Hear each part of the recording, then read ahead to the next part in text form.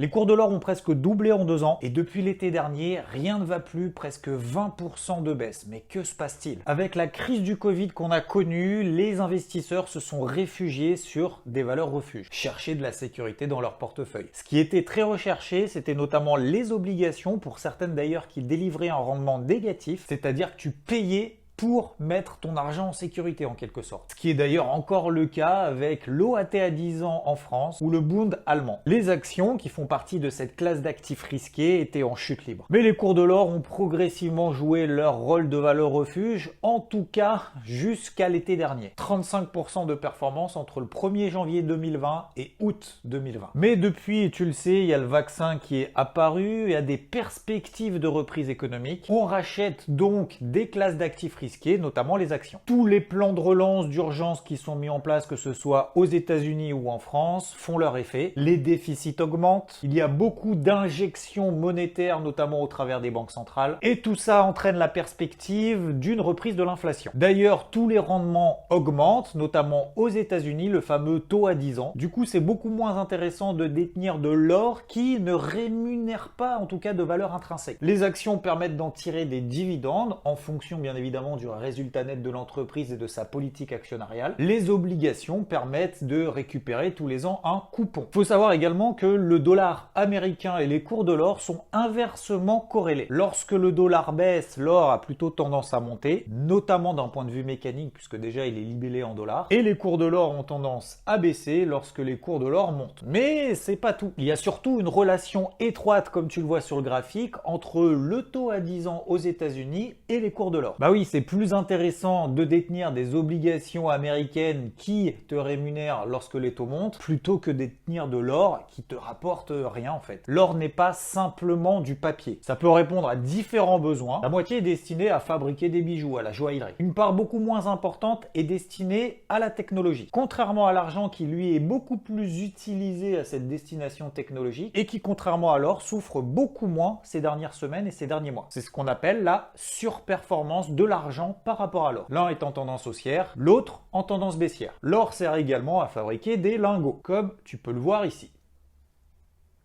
Bon, ils sont bien cachés. Il y a plusieurs changements depuis ces derniers mois également. C'est déjà les banques centrales qui achètent beaucoup moins d'or, voire même pour certaines d'entre elles qui les vendent. C'est le cas en Turquie, Russie et également Ouzbékistan. Et en 2020, il y avait énormément d'ETF, ces fonds d'investissement qui sont essentiellement basés sur l'or. Ils ont été très recherchés et ils doivent également se couvrir en achetant de l'or physique. Et pour les différentes raisons qu'on a évoquées précédemment, les ETF sur le gold ont un peu moins la cote en ce moment. C'est pour toutes ces raisons que l'or est délaissé ces derniers mois, mais il pourrait quand même revenir sur le devant de la scène si jamais on avait une inflation un peu trop forte. Oui, parce que dans ces cas-là, la valeur des euros et des dollars s'éroderait. Donc dans ce type de période, il retrouverait de l'intérêt. Oui, d'un point de vue macroéconomique, pour le moment, c'est pas très intéressant. C'est comme tout, hein, chaque actif a ses cycles, donc faut pas l'enterrer, mais pour le moment, c'est vrai que c'est pas l'actif privilégié. C'était le point en 3 minutes sur les cours de l'or. N'oublie pas de liker, je te dis à la prochaine. Ciao!